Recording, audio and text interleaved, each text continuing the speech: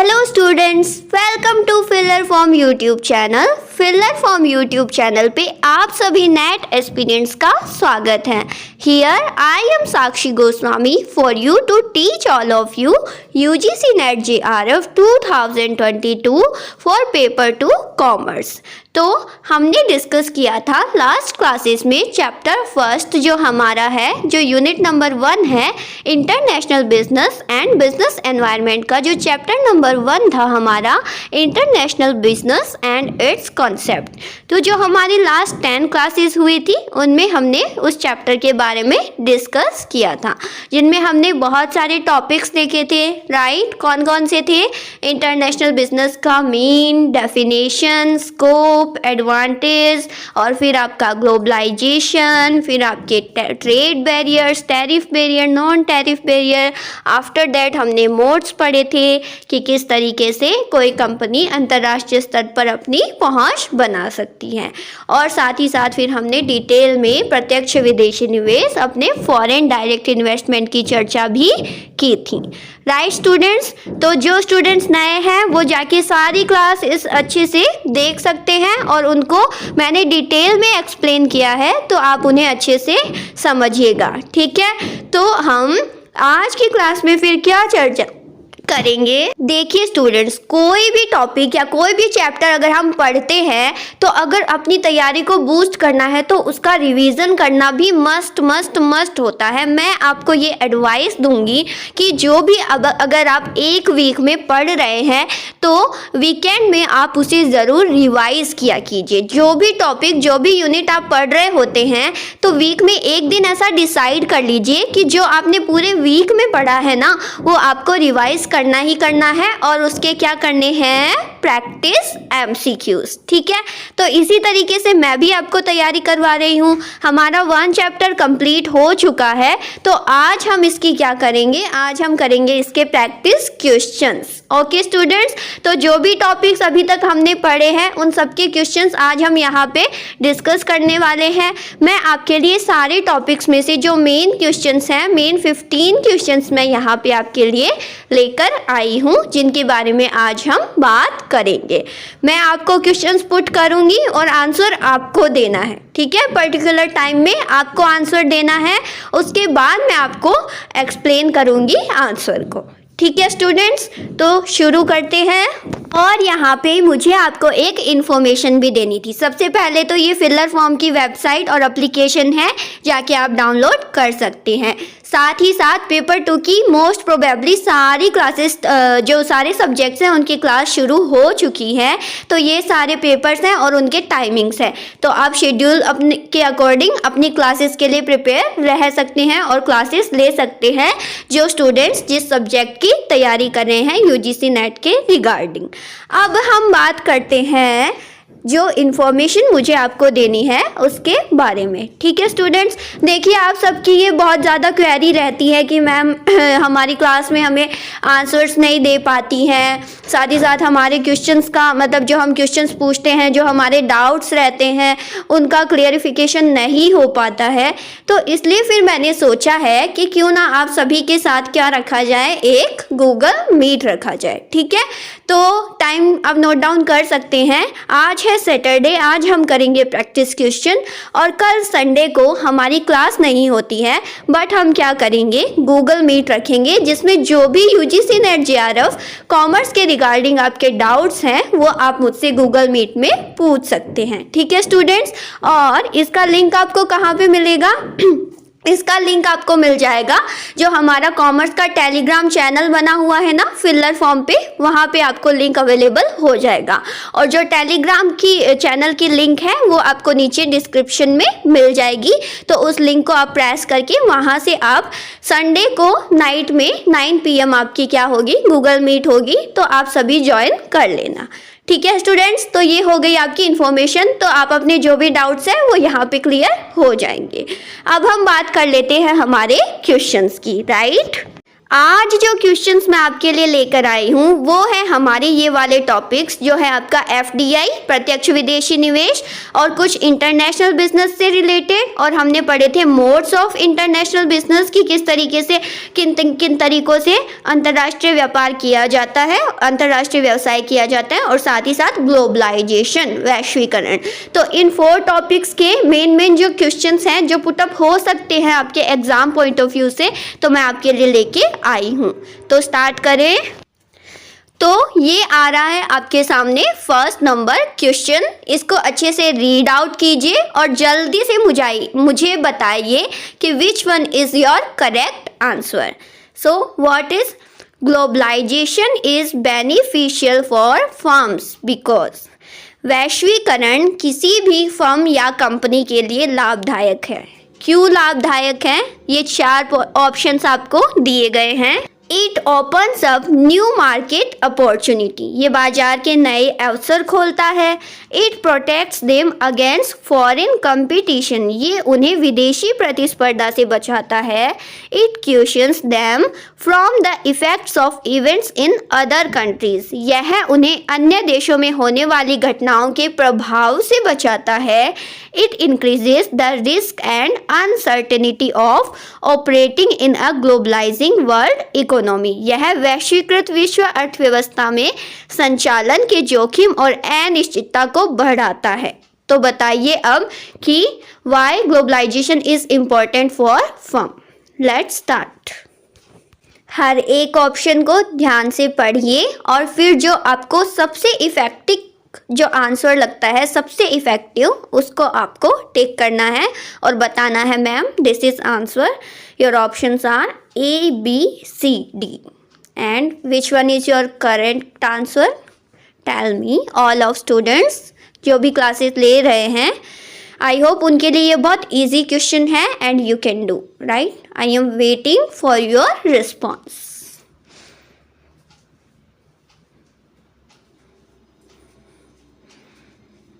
Okay, your time is over. Now discuss about the answer. Let's see. तो आपका answer होगा what? Your answer is B.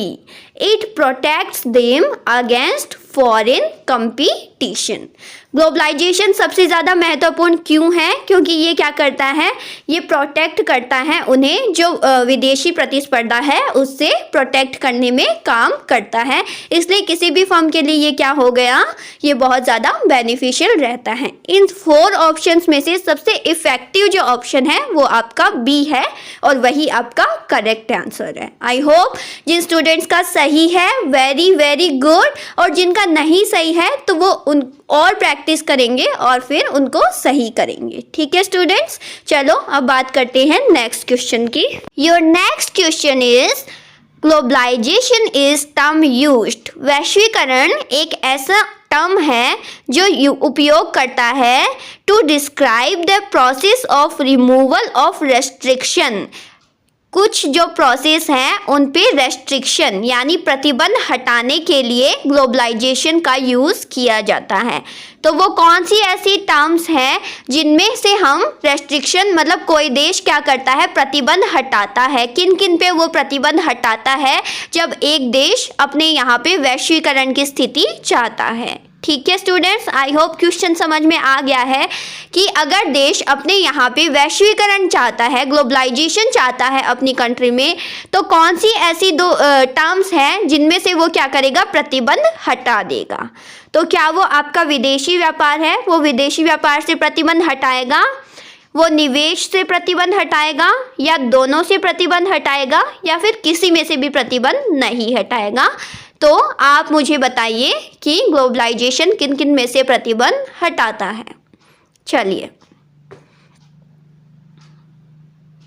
ये तो मे भी बहुत ज़्यादा इजी क्वेश्चन है क्योंकि हमने जो ग्लोबलाइजेशन टर्म है उसको अच्छे से समझा था। ग्लोबलाइजेशन का मीन ही ये होता है। ओके स्टूडेंट्स, तो क्या मैं अब बता दूं? हाँ, तो मैं क्या बोल रही थी, let's discuss about answer now. Globalisation का मीन ही ये होता है, एक देश कब वैश्वीकरण होता है, जब कोई देश हर एक टर्म के अकॉर्डिंग, वो आपका कैसे, वो आपका फाइनेंशियली, वो आपका इकोनॉमिकली, वो आपका पॉलिटिकली कहाँ से जुड़ता है, अन्य पूरे वर्ल्ड के जो देश हैं उनके साथ जुड़ता है। तो वो विदेशी व्यापार के थ्रू भी जुड़ेगा और वो निवेश के थ्रू भी जुड़ेगा। तो इन दोनों पर से क्या कर दिया जाएगा, प्रतिबंध हटा दिया जाता है। ठीक है, तो आपका आंसर क्या होगा, both A and B is your answer. Okay, clear है स्टूडेंट्स। अब हम बात करेंगे फिर नेक्स्ट क्वेश्चन की। Here is your answer both A and B. ठीक है, फॉरेन ट्रेड, विदेशी व्यापार एंड इन्वेस्टमेंट दोनों से प्रतिबंध हटाएगा। Now here is your next question, question number 3rd। What is it, which of the following can be included in measures initiated towards globalization by government of India? कहने का मतलब भारत सरकार ने हमारे भारत देश में वैश्वीकरण को बढ़ाने के लिए कौन कौन से ऐसे नए उपाय हैं जिनको अपने देश में शामिल किया है, जिनको इनिशिएट किया है। तो ऑप्शंस हैं आपके, exchange rate adjustment and rupee convertibility, विनिमय दर का समायोजन और रुपए में क्या की है, परिवर्तनीयता। ठीक है, एक है आपका इंपोर्ट लिबरलाइजेशन, आयात उदारीकरण।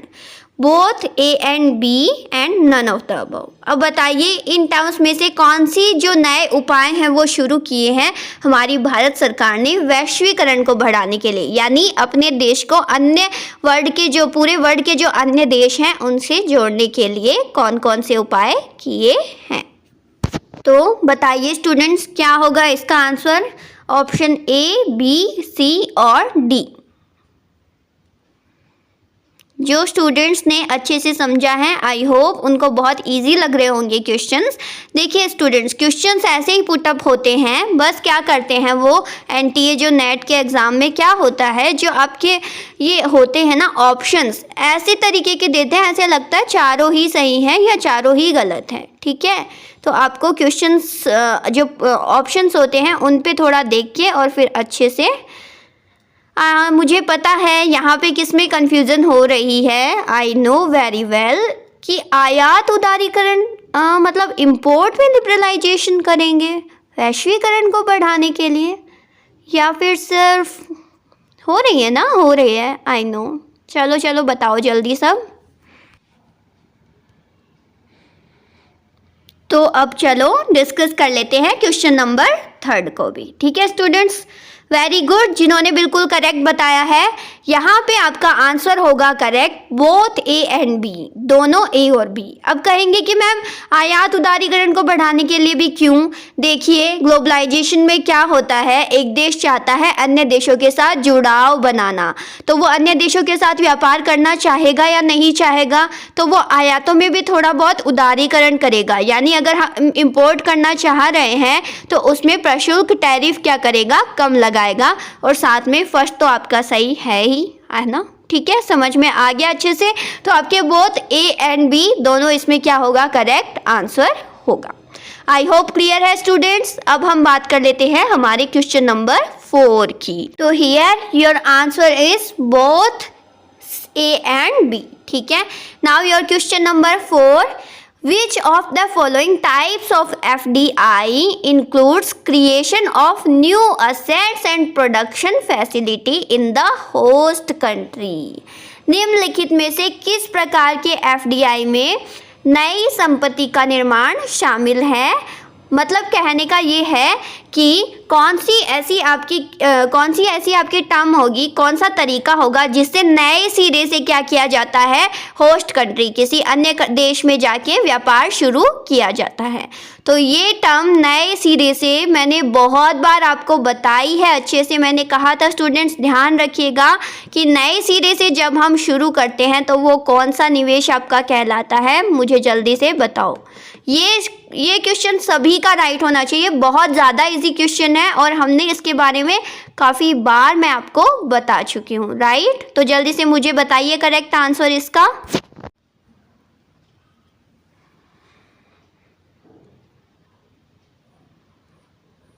वेरी गुड, जो स्टूडेंट्स करेक्ट आंसर दे रहे हैं होपफुली उन्होंने अच्छे से क्लास को समझा है और जो मैंने एक्सप्लेन किया है वो भी समझा है। वेरी गुड, जी हाँ, यहाँ पे होगा आपका answer green field investment, right. मैंने बार बार आपसे ये डिस्कस किया था जब हम मोड्स पढ़ रहे थे कि जब भी कोई कंट्री, मान लीजिए इंडिया, बिल्कुल नए सिरे से जाके यूएसए में अपना बिजनेस स्टार्ट कर रहे हैं, नए प्लांट, नए कैपिटल गुड्स, नई लैंड, नई लेबर सब लगा रही है, तो वो आपका कौन सा होता है? Green field investment, right students.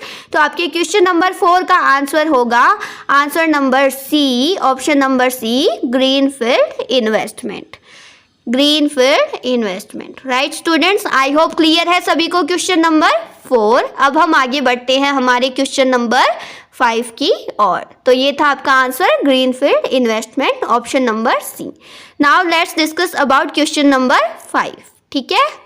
FDI up to dash dash dash percentage is now permitted in e-commerce companies provided such firms engage in B2B e-commerce। ये थोड़ा सा नया है इसलिए मैं लेके आई हूँ ताकि आपको इसके बारे में भी पता चल जाए। देखिए, प्रत्यक्ष विदेशी निवेश में जो आपकी ई कॉमर्स की इंडस्ट्रीज हैं उनको कितनी % अनुमति है कि कोई बाहर का देश हमारे यहाँ पे आके business to business e commerce activity में अपना कितना निवेश कर सकता है। तो जिन स्टूडेंट्स को पता है वो मुझे जल्दी से आंसर बताएंगे कौन सा ऑप्शन करेक्ट होगा। 50% कर सकते हैं, 75% कर सकते हैं, 100% कर सकते हैं या 95% कर सकते हैं। कहाँ पे? अपने ई कॉमर्स इंडस्ट्रीज में। चलिए बताइए। आई थिंक ये थोड़ा बेसिक क्वेश्चन भी है, कॉमनली भी अगर आप जनरल नॉलेज पढ़ते हो तो आप बता पाओगे, ठीक है। तो चलिए बताइए सारे स्टूडेंट्स जल्दी से।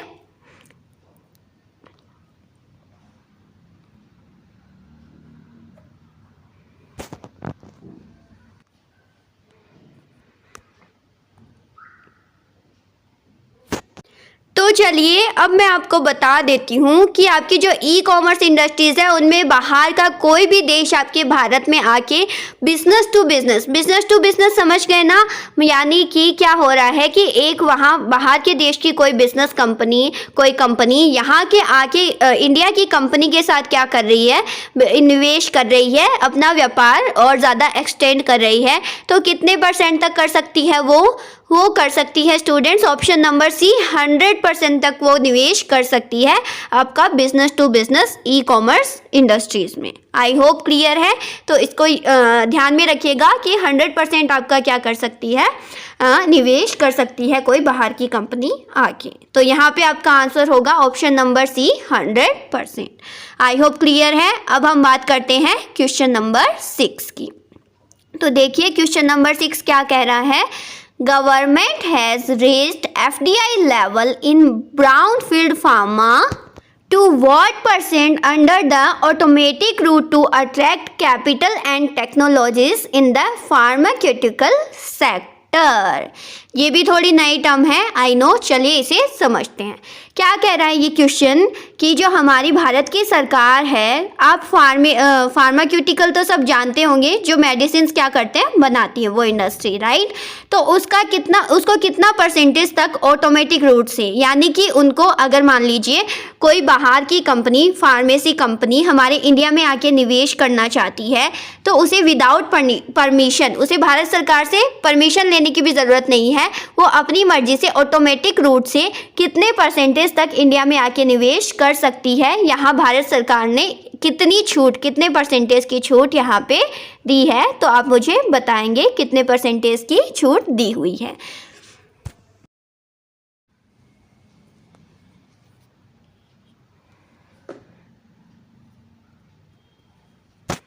चलिए अब मैं बता देती हूँ आपको। जो आपकी फार्मास्यूटिकल इंडस्ट्रीज़ हैं इनमें आपको 74% तक निवेश करने की छूट है कि आपको भारत सरकार से परमिशन लेने की भी नीड नहीं है।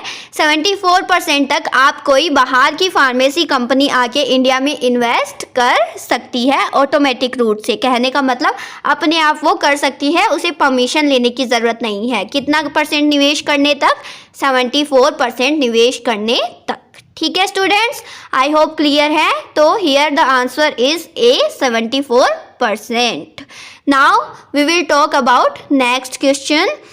What are the objectives of international trade. हमने अच्छे से समझा है इंटरनेशनल ट्रेड के ऑब्जेक्टिव्स को, तो मुझे बताइए कि अंतरराष्ट्रीय व्यापार के क्या क्या उद्देश्य हैं। And your options are sales expansion, बिक्री का विस्तार, डाइवर्सिफिकेशन, विविधता, मैक्सिमाइज कॉम्पिटिटिव रिस्क, प्रतिस्पर्धी जोखिम को अधिकतम करना, both A and B. What is the objective of international trade. अब इसमें देखो आपको बहुत ज़्यादा कन्फ्यूज़न हो रही होगी जो ऑप्शंस हैं उनमें, तो आपको अपना प्रॉपर माइंड लगा के जो इफ़ेक्टिव ऑप्शन है ना उसको चूज़ करना है। तो चलिए देखिए, बताइए क्या होगा आंसर मुझे जल्दी से।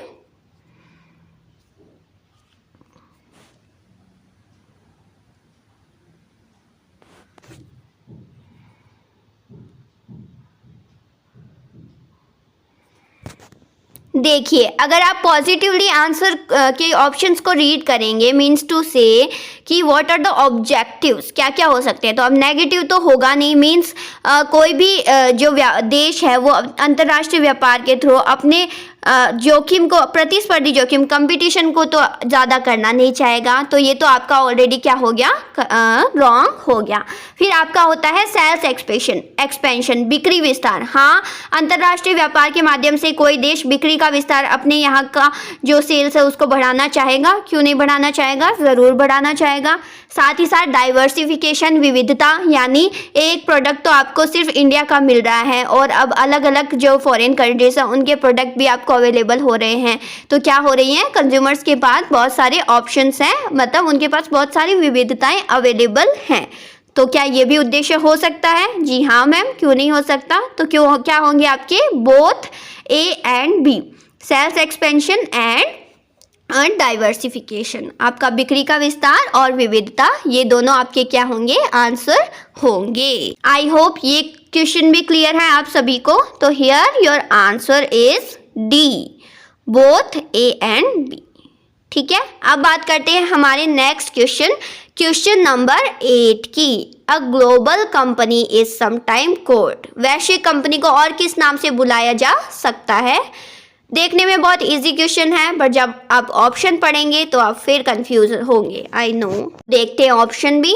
Global company is sometime called, क्या बोल सकते हैं वैश्विक कंपनी को, अ जॉइंट स्टॉक कंपनी, एक संयुक्त stock company, a corporation, a निगम, एक निगम, अ ग्लोबली इंटीग्रेटेड कंपनी, एक विश्व स्तर पर एकीकृत company, none of the above. चलिए अब मुझे इफेक्टिवली ऑप्शंस पुट अप करके और बताइए कि क्या होगा आंसर, कि वैश्विक कंपनी को हम और क्या बोल सकते हैं।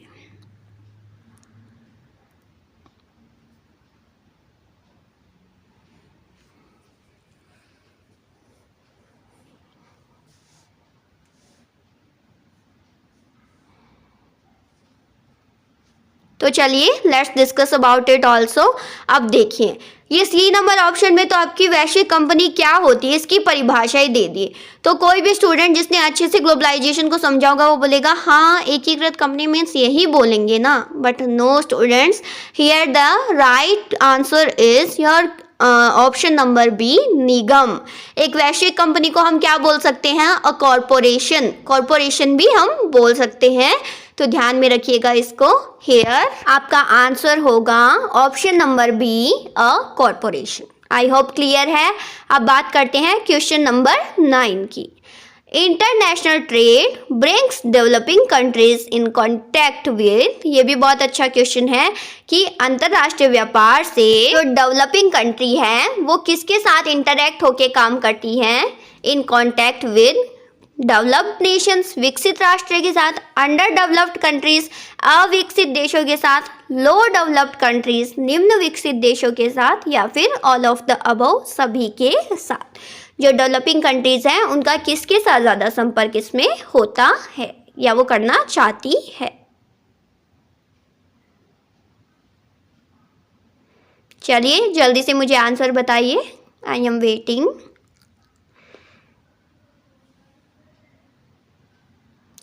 जितनी आप प्रैक्टिस करेंगे उतना आपका स्किल बढ़ेगा, आपको पता चलेगा कि किस तरीके से टॉपिक जो हमने पढ़ा है उसमें से क्वेश्चन आ रहा है और आपका कॉन्फिडेंस लेवल भी हाई होता जाएगा।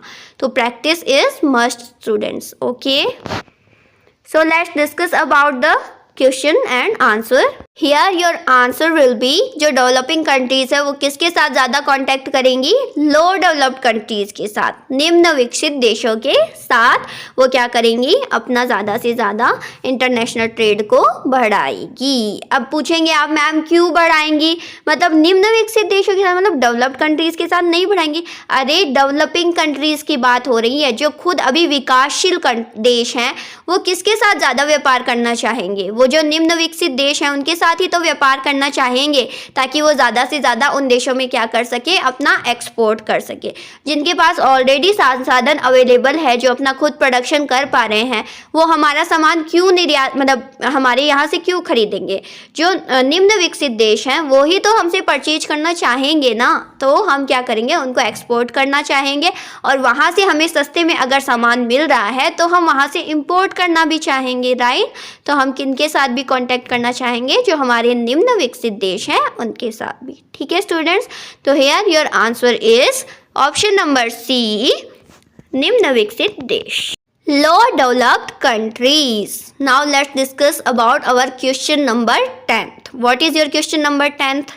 फॉरेन एक्सचेंज रिजर्व्स इंक्लूड, विदेशी मुद्रा भंडार में क्या शामिल होता है? देश की जो आपका फॉरेन रिजर्व है उसमें आपका क्या क्या इंक्लूड होता है? I hope this is very very super easy question and you all आप दोगे मुझे करेक्ट आंसर, राइट? तो चलिए जल्दी जल्दी बताइए, फॉरेन रिजर्व्स में आपका क्या क्या इंक्लूडेड होता है?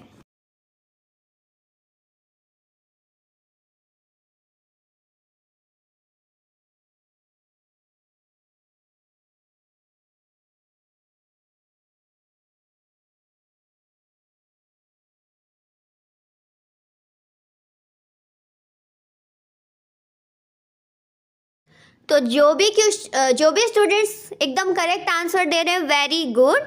इनमें दोनों both A and B, foreign reserves में आपका गोल्ड स्टॉक भी इन्वॉल्व होता है और साथ ही साथ यूएस डॉलर भी, अमेरिकी डॉलर। ठीक है स्टूडेंट्स, तो इसका राइट आंसर क्या होगा? Both A and B, gold stock and US dollar दोनों इन्वॉल्व होते हैं आपके फॉरेन एक्सचेंज रिजर्व्स में।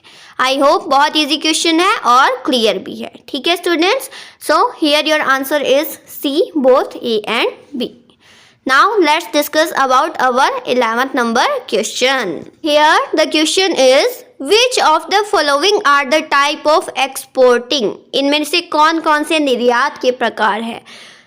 आई होप मैंने निर्यात के टाइप्स को अच्छे से एक्सप्लेन किया था और ये क्वेश्चन सभी का राइट होना चाहिए, मुझे नहीं पता। ठीक है स्टूडेंट्स, तो जल्दी से मुझे बताइए क्या होगा इसका correct answer? Direct exporting, indirect exporting, both A and B, none of the above.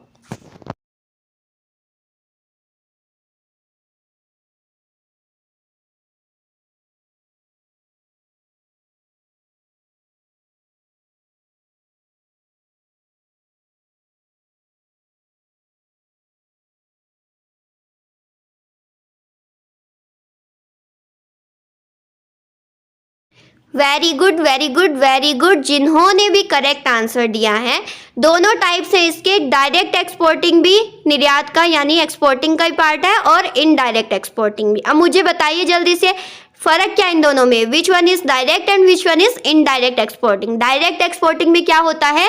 बीच में आपका कोई भी एजेंट इंक्लूड नहीं होता है, एक देश का दूसरे देश के साथ डायरेक्ट जो सामान, गुड्स या सर्विसेज है उनका एक्सपोर्ट किया जाता है। और इनडायरेक्ट एक्सपोर्टिंग में एक देश बीच में किसी एजेंट को इन्वॉल्व करके फिर क्या करता है? अपना सामान दूसरे देश में भिजवाता है, तो उसे हम बोलेंगे indirect exporting. I hope clear है। So here your answer is C, both A and B, direct exporting and indirect exporting. Okay students, now let's discuss about our next question, question number 12.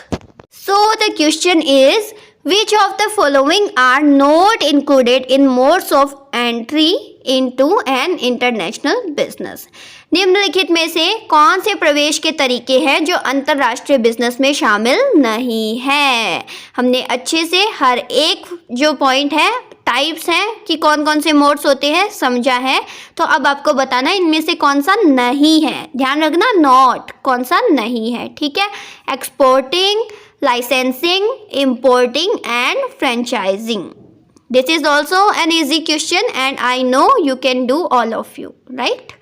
Okay, let's start to do. जल्दी से मुझे answer बताइए।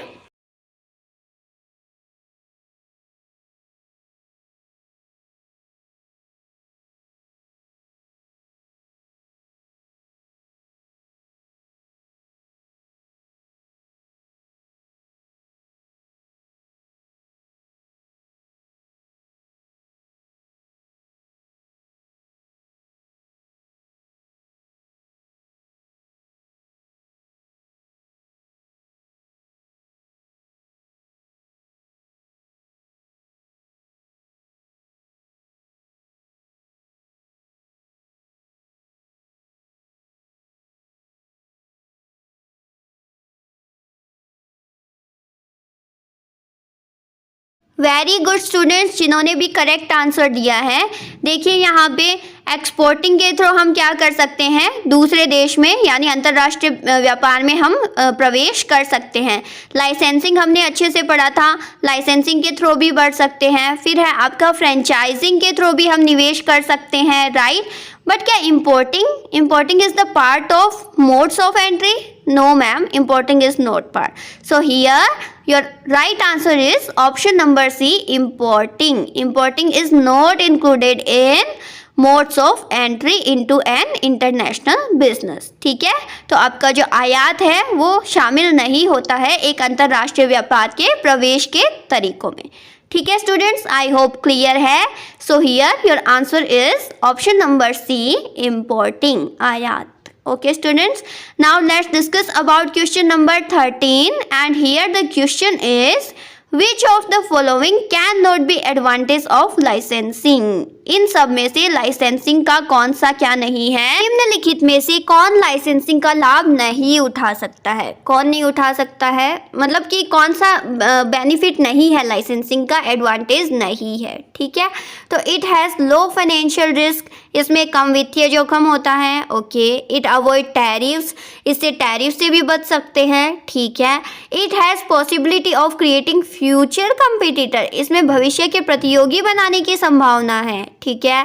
फिर है आपका none of the above, तो कौन सा इसमें बेनिफिट या फिर लाभ नहीं है आपका लाइसेंसिंग का, ठीक है। तो मुझे जल्दी से बताइए स्टूडेंट्स।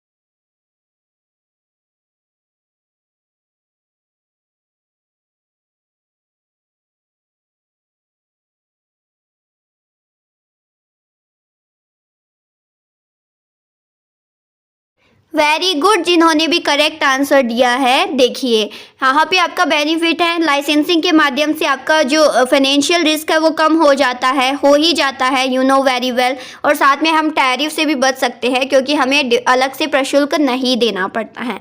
बट क्या इससे हम भविष्य में प्रतियोगी बनाने की संभावना है, मतलब इससे कंपटीटर्स का तो कोई लेना देना ही नहीं है लाइसेंसिंग से, मतलब कि और बढ़ाना नहीं बढ़ाना ये तो कोई इससे मेल ही नहीं खाता, राइट।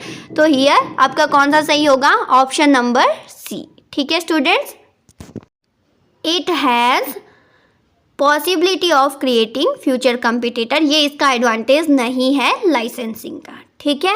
आई होप क्लियर है अच्छे से, और आपको पता भी है व्हाट इज लाइसेंसिंग, क्या होता है लाइसेंसिंग, ठीक है स्टूडेंट्स। तो अब हम बात कर लेते हैं हमारे क्वेश्चन नंबर 14 की, and here the question is foreign trade helps each country to make dash use of its natural resources. विदेशी व्यापार प्रत्येक देश को मतलब डैश डैश का प्रयोग करने में सहायता करता है, मतलब प्राकृतिक संसाधनों का किस तरीके से उपयोग करने में सहायता करता है विदेशी व्यापार, वो मुझे आप बताइए कि अगर हम प्राकृतिक संसाधनों का ऑप्टिमल यूज़ करने में या फिर लॉस में या फिर बेटर तरीके से या फिर नन ऑफ दिस, किस तरीके से। बहुत इजी क्वेश्चन है। प्राकृतिक संसाधनों का किस तरीके से यूज़ किया, मतलब विदेशी व्यापार के थ्रू हो सकता है या किया जाता है, लेट मी नो, जल्दी से मुझे बताइए सारे students, come on quickly.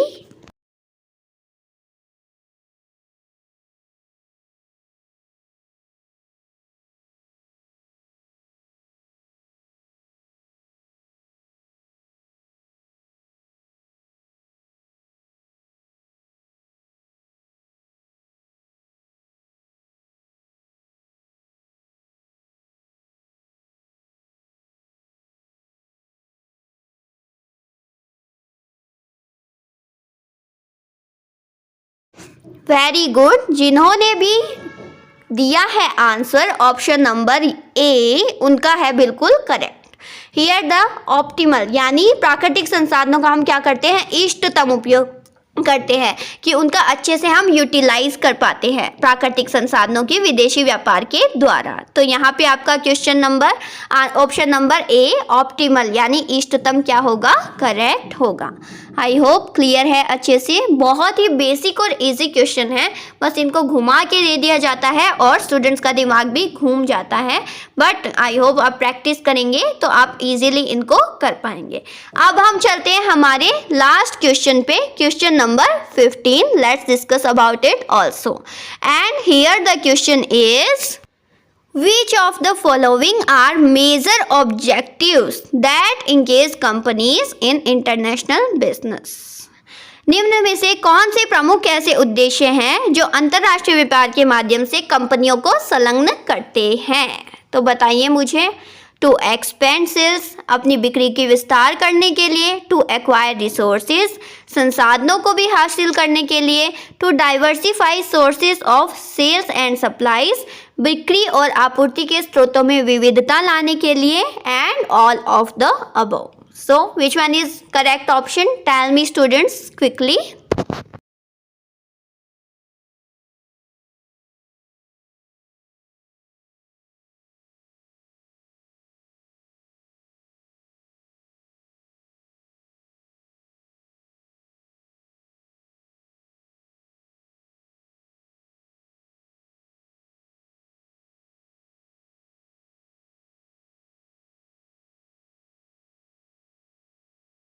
Very good students, तो जिन्होंने भी आंसर दिया है option number B to acquire resources, तो सॉरी टू से पर उनका ये करेक्ट आंसर नहीं है, बिकॉज यहाँ पे सारे के सारे ऑप्शंस क्या है, करेक्ट हैं। अगर आप अंतर्राष्ट्रीय व्यापार में एक कंपनी संलग्न होती है, जुड़ती है, तो उससे उसकी सेल्स में भी एक्सटेंड मिलेगा, विस्तार होगा, साथ ही साथ रिसोर्सेज जो दूसरे देश के रिसोर्सेज हैं उनकी भी अवेलेबिलिटी बढ़ेगी। और to diversify sources of sales and supplies, साथ ही साथ आपकी सप्लाई भी, मतलब जो चीज़ें आपके देश में अवेलेबल नहीं है उसकी सप्लाई हो पाएगी आपके इंटरनेशनल ट्रेड के माध्यम से।